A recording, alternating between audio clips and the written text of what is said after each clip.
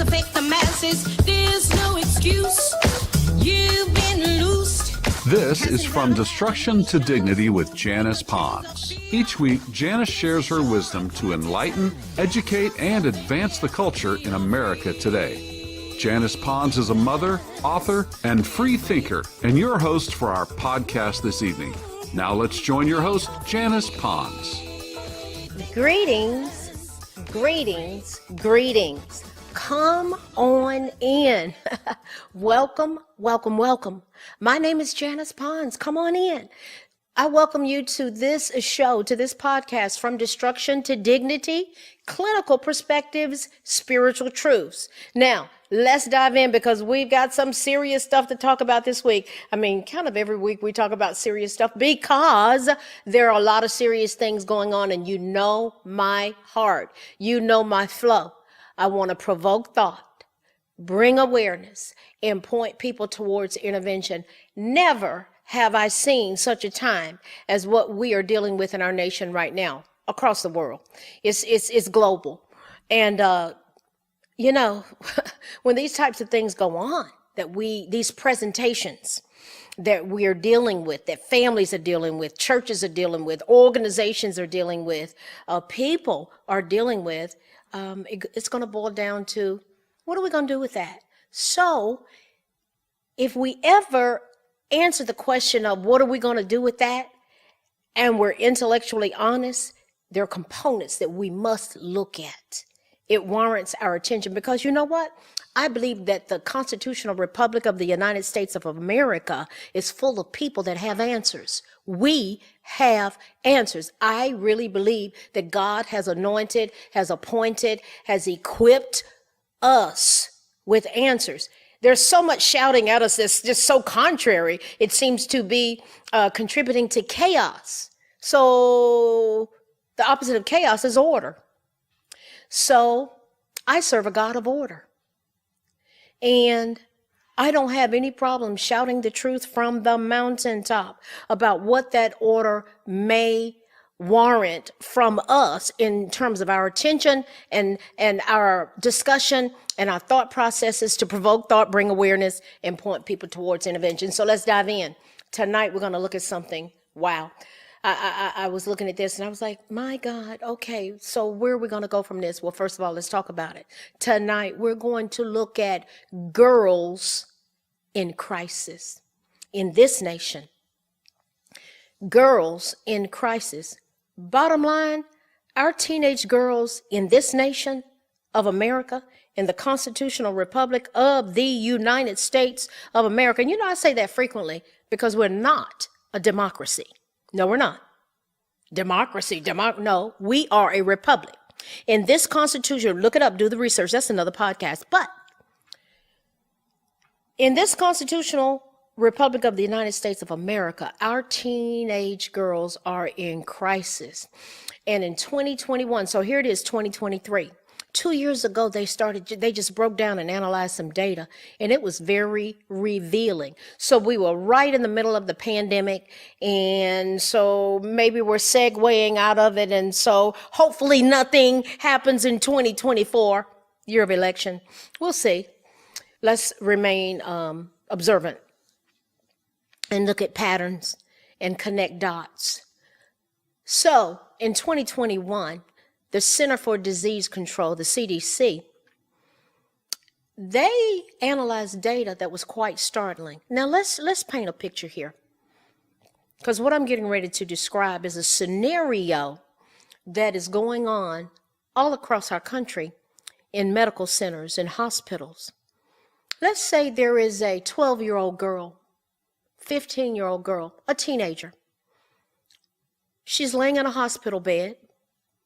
Her mom and her dad, quite possibly, are there in the room with her. Real scenario. This is going on everywhere, all over. This teenage girl's laying there, and in her bed, she appears to be quite lifeless. She's swallowed up by tubes, gauze, sheets, laying there limp. And her mom and dad have been going through a grueling, heart-wrenching process for, let's say, 3 to 5 days.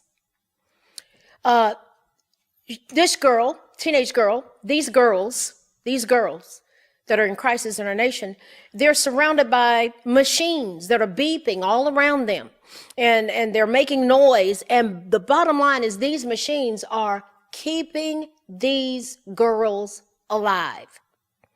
So where are they? They're in pediatric intensive care units all across our nation. So there's the mom, there's the dad, they're worn out, they're tired, they're just emotionally drained. And in walks a doctor.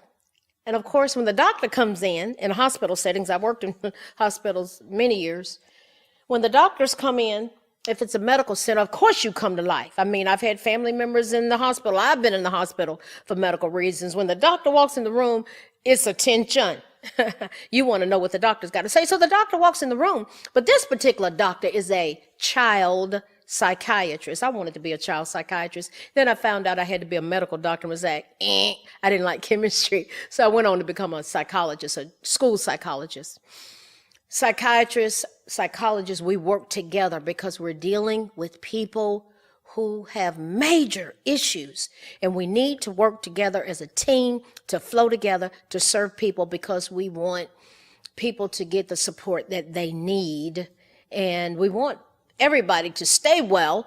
And, last week I was talking about doctors in crisis.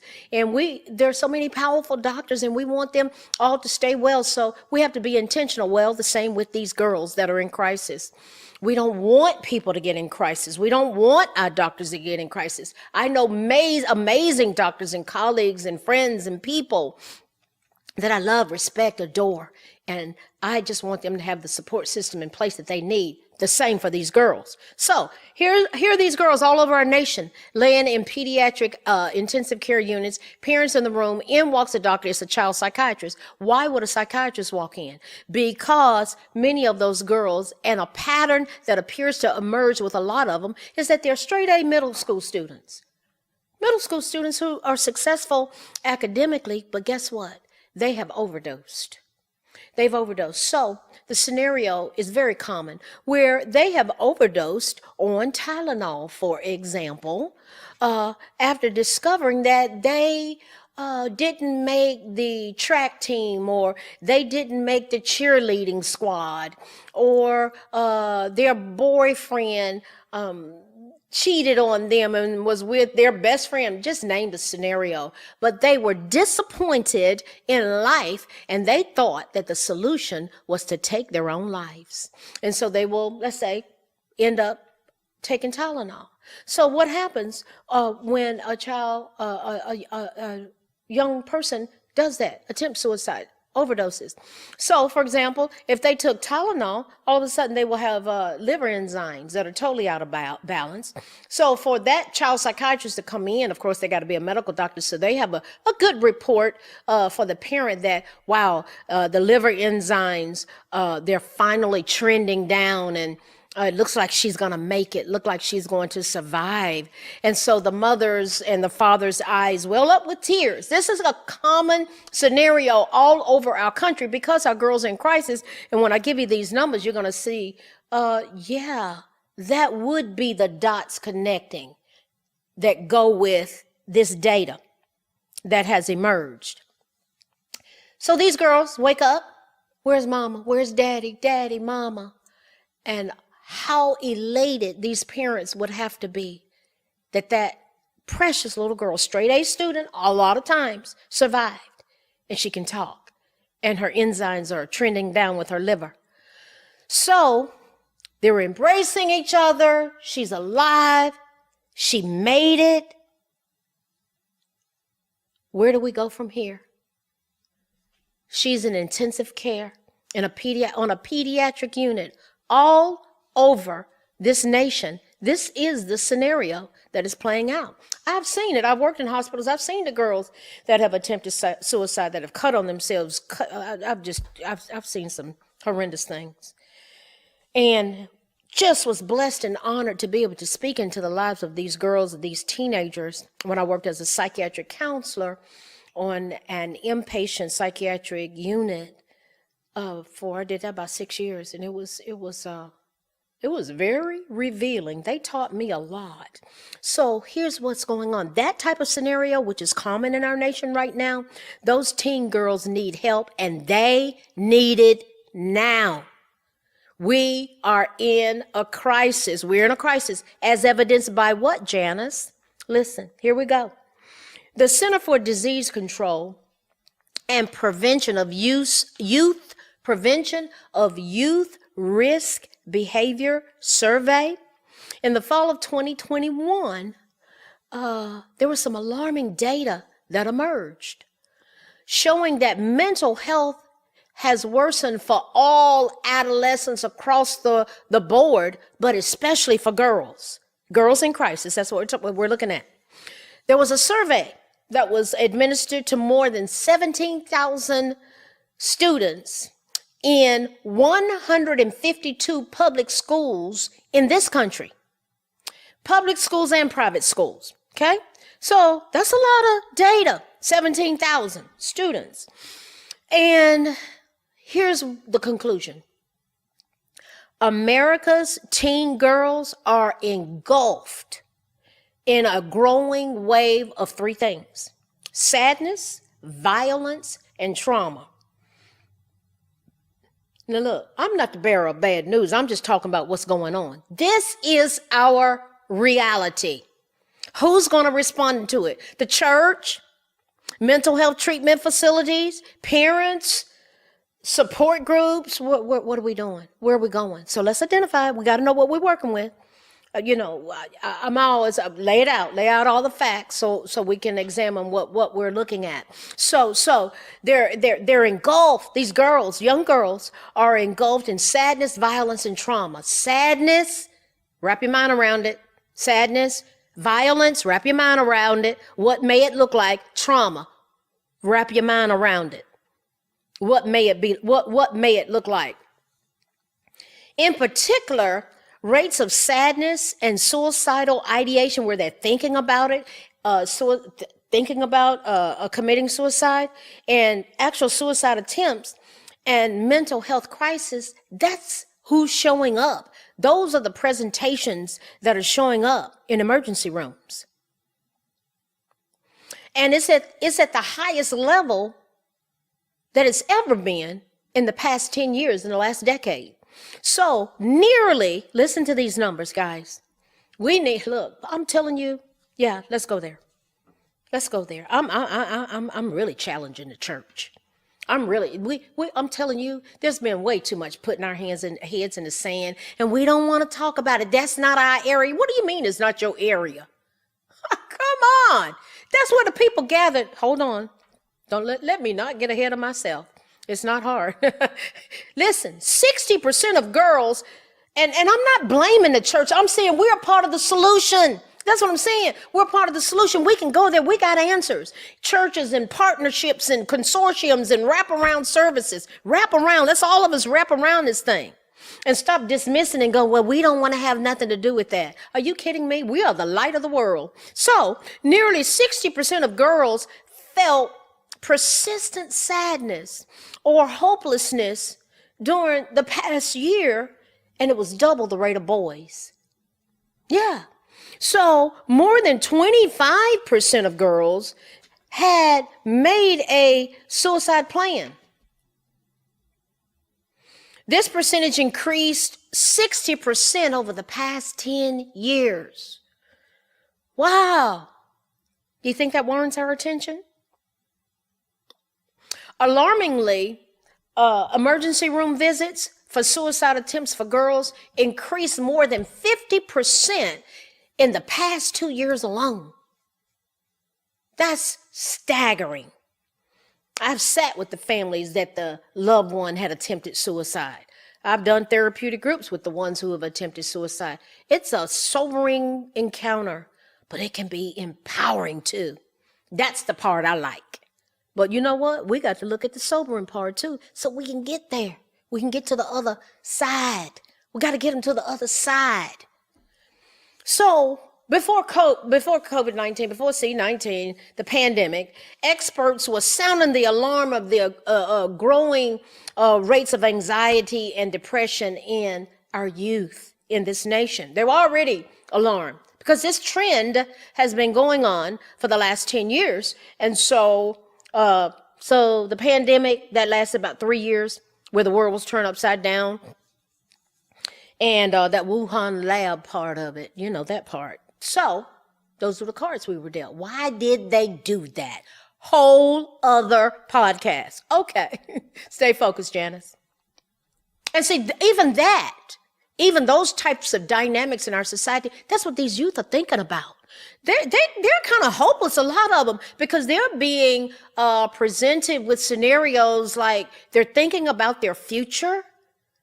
And if they haven't had adults in their lives that can help them to connect the dots and look at things and learn how to implement and grasp and utilize strategy, skills, and tools, and be critical thinkers and problem solve and analyze data. I mean, what they are being, the cards they're being dealt, their minds are being indoctrinated and their minds are being raped and they are being accosted by so many things they can't handle.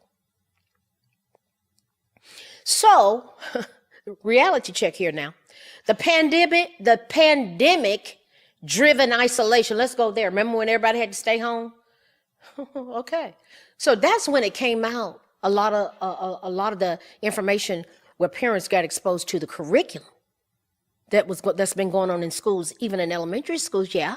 And they were like, what are they teaching? Yeah, great questions to ask. So now you have parents showing up at school boards. This is what our youth and our children are being inundated with. It is just how it is. Elementary schools are focused on their sexuality, teaching children how to masturbate, teaching them, it sounds rude and crude, but let's go there. Fisting. Oh, what a dangerous sexual act. Why are we talking about that in school? So that's what they're being exposed to now. It was unheard of.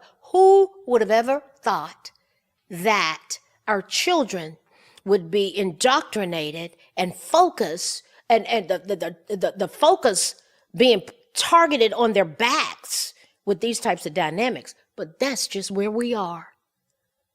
That's where we are. We need to be having a conversation. So let's keep talking. So we had the pandemic driven isolation, lack of social connection. It was uprooted. They were at home. And missing major milestones. That's crucial. They have missed major milestones. And so then you have these platform and agenda-driven presentations that are attempting to, and they're being quite successful in implanting and indoctrinating them with their milestones. True story. So let's add on civil unrest. Listen, mark it on your calendar that I said it. Depending on who's running for this election coming up in 24, there will be orchestrated chaos. It's no different than what the KKK did in the 60s. It's what they did in 2020. And so we can go on and on and on about that. If you can't tell me that a vat of bricks being laid at major intersections in major cities in our nation, how'd they get there? Who planned to put them there? Who paid for them? These are conversations that we need to think about. I'm just talking and thinking out loud because we need to provoke thought, bring awareness, and maybe we can look at what interventions might be warranted in these situations. This is what our kids, this is what they're thinking about. So their sexuality is being targeted. They're unsure, they're depressed, they've been isolated. They don't have the social connection. So where are they getting their socialization? Social media. Probably 13-year-olds don't need to even be on social media. What they're seeing on there now is it is off the chain, off the charts. So we're talking about reality here, guys. The civil unrest. When that was going on in 2020, businesses being burned down. BLM burning black businesses down. Let's go there. Who were they? And we matter? Huh? But we're burning the businesses down. Help us understand. I'd like to have those questions answered. Who was held accountable? This is what kids are trying to process, guys. Come on.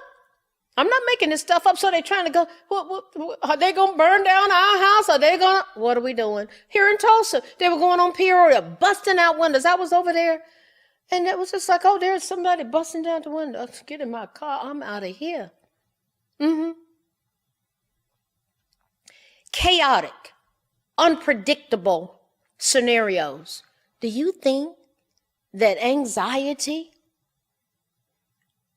provoking patterns are saturating our children? So the current cultural climate, these kids are going to be adults and they're trying to figure things out. They're worried, they're anxious, and listen, here's the bottom line. They're dealing with conflict and it's complicated. So these girls, they have these beauty standards and they have the hoochie mama and they got the twerking thing and you got the sexuality coming at them. Listen, the sexuality thing, they'll figure it out. The sexual development it has a flow. I've studied this, child development, all that. But now, no, we got purposeful agendas coming at them now. They're after them. You want me to give you the as evidenced by? Another podcast. Academic pressure, self-doubt, they're not sure. Sexual harassment from every angle. Cyberbullying is twice the rate for girls than it is for their male counterparts. Alarmingly, listen to this, 14% of girls reported that they were forced to have sex at some time in their life. A large percentage of girls have been raped. Some of them don't even want to talk about it. They don't even get me started about the snitching thing. Don't say anything. You know who the rapist was. And what we've been doing is enabling the process in the hood. Where do we go? Where do we go? Listen, if we don't have a targeted effort with these precious girls, we're in a crisis. But I'm talking about resilience. That's what Janice is about. I'm not playing. These girls are dying. That scenario that I verbalized in the beginning, that warrants every institution in our nation. It warrants our attention. And church, get your head out the sand. I'm calling on the prophets, the apostles, the evangelists, the pastors, and the teachers. Get out of these things you got going on.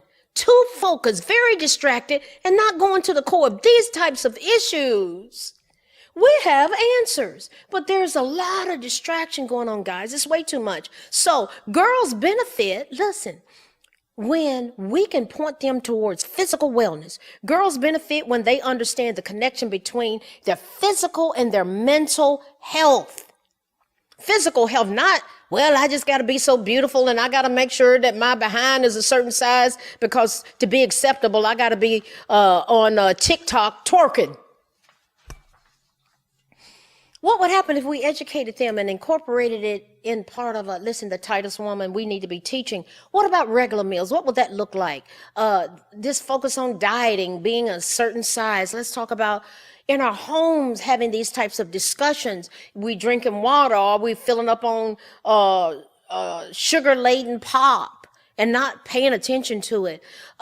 Getting routine exercise. Let's walk as a family. Let's walk. What would happen if we walked as a family and we all went to bed at the same time? We're putting the phones down. Everybody, okay, put your phone. Everybody putting the phone right there in the living room. Put it on the coffee table. Structure the environment that we structure our homes where we're eating healthy. We're hydrated with pure water. We're maintaining adequate sleep. Why? Everybody going to bed at the same time.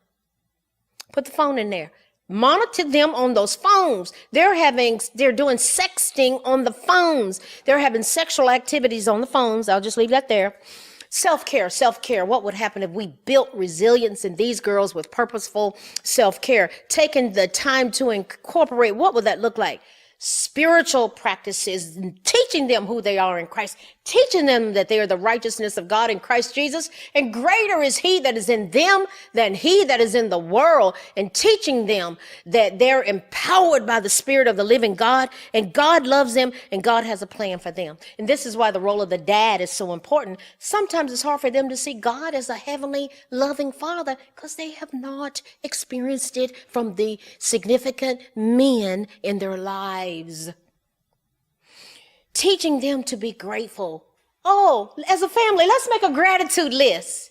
Let's make a gratitude list. Oh, okay. Social support networks. What would it look like if the girls had a significant adults in their lives who were being very purposeful with them? I thank God put a woman in my life when I was 11 or 12. Baby doll Maddie, I love you to the moon and back and then some. God put you in my life, and boy, did she hold me accountable. But she was that significant older woman in my life that spoke into my life. Yeah. We're talking about our girls in crisis.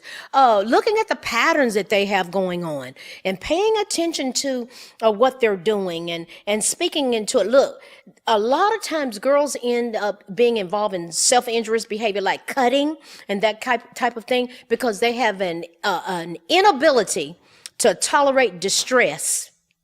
Bottom line, inability to tolerate stress. So they see it, others are doing it, and so they end up following patterns that are not healthy. Validate their feelings. Baby, I hear you. Thank you for coming to me and let me know how you feel.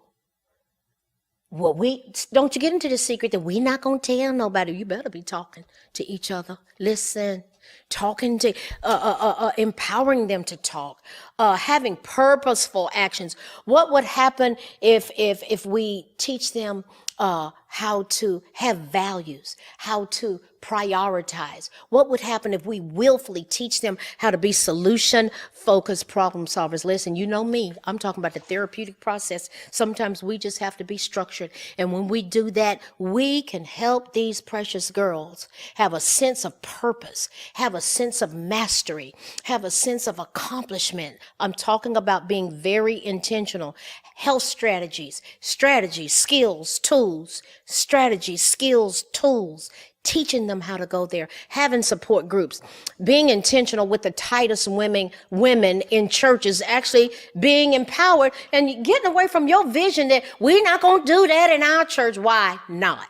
Listen, what I'm talking about tonight, what we've looked at today, is girls in crisis. Guys, I sound serious and I'm intense, but you know what's going on? It's very serious. It's very intense. We're losing our girls, and it doesn't have to be. If we just come together, churches, get your head out the sand. Everybody partner. Find out the mental health organization. Some of these girls need to be in therapy. They've been raped. They've been traumatized. They've never put a language to it. Put an end to this, because all of those things are destructive patterns.